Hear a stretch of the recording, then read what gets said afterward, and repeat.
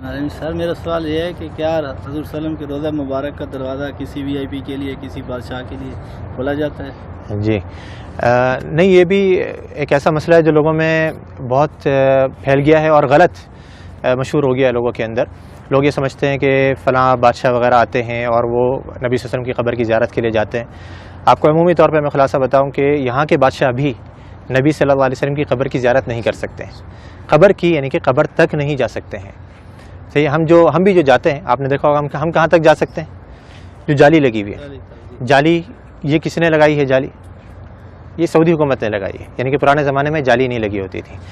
اس کے پیچھے، جالی کے پیچھے کیا ہے؟ بہت سے لوگ یہ سمجھتے ہیں، وہ جھانک کر کے دیکھ رہا ہوتا ہے کہ ہمیں قبر نظر آ جائے کسی طریقے سے۔ قبر ناممکن ہے کہ نظر آ جائے، کیونکہ جالی کے پیچھے 3 دیواریں ہیں۔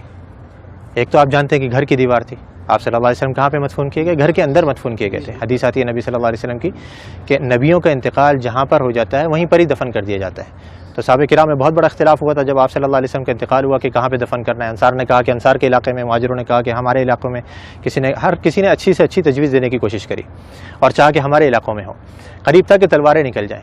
حضرت ابو بکر رضی اللہ عنہ آئے اور آ کر کے حدیث سنائی کہ میں نے نبی صلی اللہ علیہ وسلم سے سنا ہے کہ نبی کا انتقال جہاں ہو جائے وہیں دفن کر دینا چاہیے۔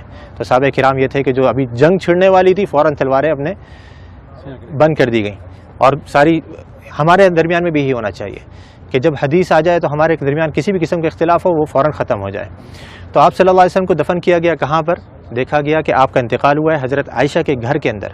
آپ صلی اللہ علیہ وسلم حضرت عائشہ کی گود میں سر رکھے ہوئے تھے، آپ بیماری کی حالت میں تھے، بہت زیادہ بخار کی تپش میں تھے، تو آپ صلی اللہ علیہ وسلم کو وہیں پر ہی مدفون کر دیا گیا جس جگہ پہ آپ کا انتقال ہوا۔ تو وہ جگہ کون سی تھی؟ گھر۔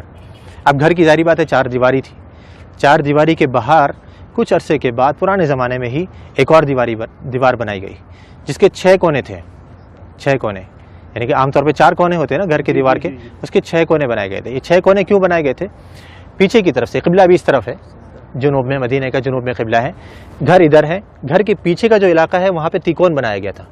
جو دیواریں ہیں وہ تیکون کر کے بنائی گئی تھی۔ کیوں تیکون بنائی گئی تھی؟ تاکہ کوئی شخص جب نماز پڑھے تو اس کی سیدھ نبی صلی اللہ علیہ وسلم کی قبر کی طرف نہیں ہو، ادھر کوئی نماز نہ پڑھ سکے، تاکہ آپ صلی اللہ علیہ وسلم کی قبر سامنے نہیں آئے نماز کے درمیان میں۔ کیونکہ نبی صلی اللہ علیہ وسلم کی حدیث یہاں پہ لکھی ہوئی، آپ نے بورڈ پہ پڑھی ہوگی کہ آپ صلی اللہ علیہ وسلم نے قبرستان میں یا قبر کی طرف رک کر کے نماز پڑھنے سے منع کیا ہے۔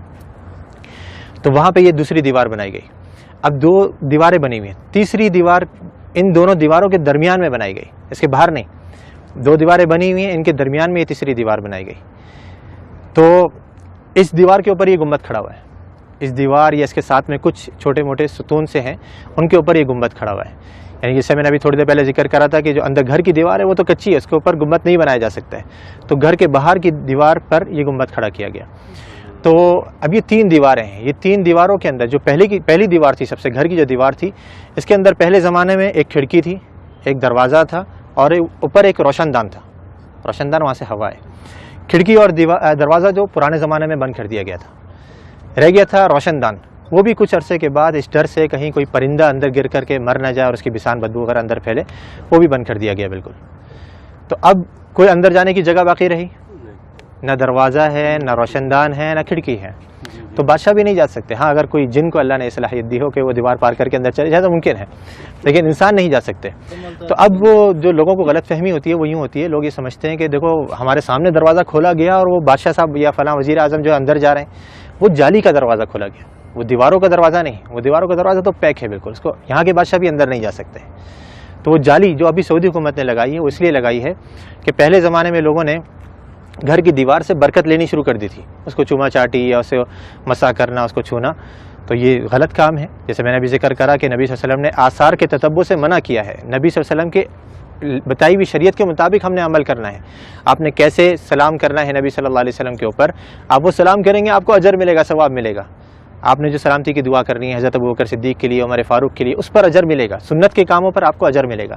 لیکن دیواروں کی چوما چاٹی کرنا، یا جیسے بہت سے لوگوں کو دیکھا جاتا ہے مسجد نبوی کے در و دیوار کو ابھی بھی وہ اپنے رومال اتار کر کے اس پہ پھیر رہے ہوتے ہیں کہ اس کے اندر برکت منتقل ہو جائے، یا کوئی احرام کا کپڑا لایا ہوا ہوتا ہے، یا کوئی ٹوپی اتار کر کے اس پہ پھیر رہا ہوتا ہے، یہ سب غلط کام ہے۔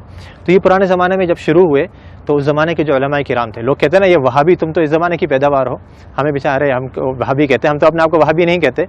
تو یہ جو وہابیوں کے عقیدے ہیں نا، جو ان کی نظر میں وہ پرانے زمانے سے چلے آ رہے ہیں، تو اس زمانے کے اندر یہ دوسری دیوار بنائی گئی، گھر کے باہر ایک اور دیوار بنائی گئی تاکہ لوگ گھر کی دیوار تک نہیں پہنچ سکیں۔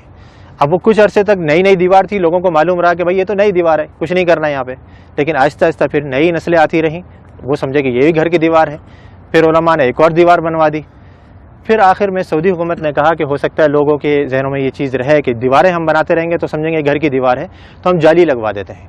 انہوں نے جالی لگوائی، لیکن لوگوں نے پھر بھی نہیں چھوڑا، وہ جالی کو بھی چوما چاٹی کے لیے پھر آخرکار مجبوراً سعودی حکومت کو وہاں پہ پولیس والوں کو کھڑا کرنا پڑا یا حیا والوں کو کھڑا کرنا پڑا تاکہ وہ لوگوں کو سمجھائیں اور آرام سے بتائیں کہ بھائی یہ چیز غلط ہے، مسح جو ہے وہ آپ نے حجر اسود کا کرنا ہے، اس کو چومنا ہے، اس کو آپ نے مسح کر سکتے ہیں، یا اس سے پہلے والا جو رکن یمانی ہے اس کو آپ چھو سکتے ہیں، ہاتھ لگا سکتے ہیں۔ یہ گھر کی دیواروں کو یا نبی صلی اللہ علیہ وسلم کے روضے کو ہم نے ہاتھ نہیں لگانا ہے، بلکہ یہاں پر آ کر کے ہم نے آپ کے لیے ادب سے سلام پیش کرنا ہے، سلامتی کی دعا کرنی ہے، تو وہاں پہ کوئی نہیں جا سکتا۔ یہ حصہ عائشہ رضی اللہ تعالیٰ عنہ کا گھر ہے جو نبی صلی اللہ علیہ وسلم کے دور میں تھا، اور رائٹ سائڈ میں مسجد کا ایریا ہے۔ آپ تمام جانتے ہیں کہ نبی صلی اللہ علیہ وسلم عائشہ رضی اللہ تعالیٰ عنہ کے گھر میں ہی انتقال کر گئے، اور عائشہ رضی اللہ تعالیٰ عنہ کے گھر میں 3 قبریں ہیں، ایک محمد صلی اللہ علیہ وسلم، اور اس سے تھوڑا سا نیچے ابوبکر صدیق رضی اللہ تعالیٰ عنہ، اور دوسرے عمر رضی اللہ تعالیٰ عنہ۔ یہ 3 قبریں ہیں۔ پھر کچھ سال بعد یعنی 80 ہجری میں جو عائشہ رضی اللہ تعالیٰ عنہ کا چھت تھا وہ گر گیا، تو عمر بن عبدالعزیز نے وہاں کے اس جگہ پر انہوں نے کیا کیا، ایک 4 کونی ایک دیواریں بنائی جس کا کوئی دروازہ نہیں تھا، اور نیا چھت بنایا۔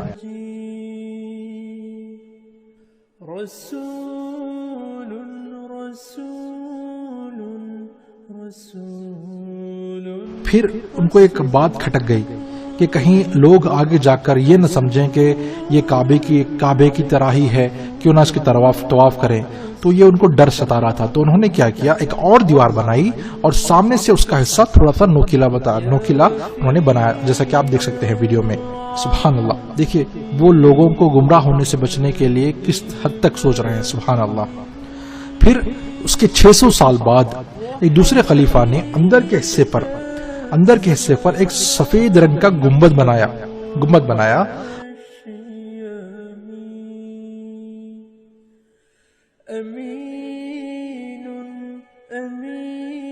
اور اطراف میں ایک اور دیوار بنائی جس کے اطراف میں ہرے رنگ کا کپڑا لگایا گیا ہے جس پر لا الہ الا اللہ محمد رسول اللہ لکھا ہوا ہے۔ اور اس گنبد کے بارے میں یا ابھی جو اس وقت گنبد ہے اس کے بارے میں ہمارا ایک اور ویڈیو ہے، اس پر آپ اس میں تفصیلی ڈیٹیلز دیکھ سکتے ہیں، ٹھیک ہے۔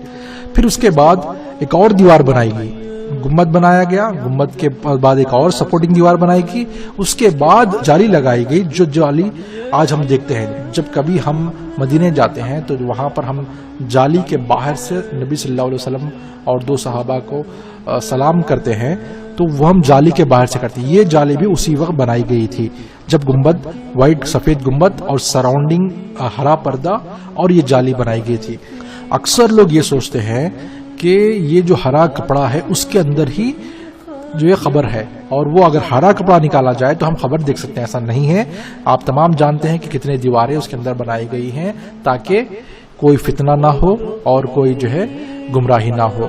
اللہ جزائے خیر دے ڈاکٹر عبدالعزیز کرکی جنہوں نے یہ شکل بنائی تاکہ ہم یہ اندر کا حصہ کس طریقے سے بنایا گیا ہے دیکھ کر سمجھ سکیں۔ اس طریقے سے کئی اور ماڈلز مدینے میں رکھے گئے ہیں، وہاں پر آپ جب جائیں گے تو مدینے کا ایک میوزیم ہے اور بہت ساری چیزیں ہیں، آپ ضرور یہ ساری چیزیں وہاں پر دیکھ سکتے ہیں انشاءاللہ۔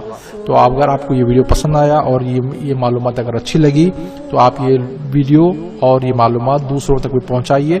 بارک اللہ فیک۔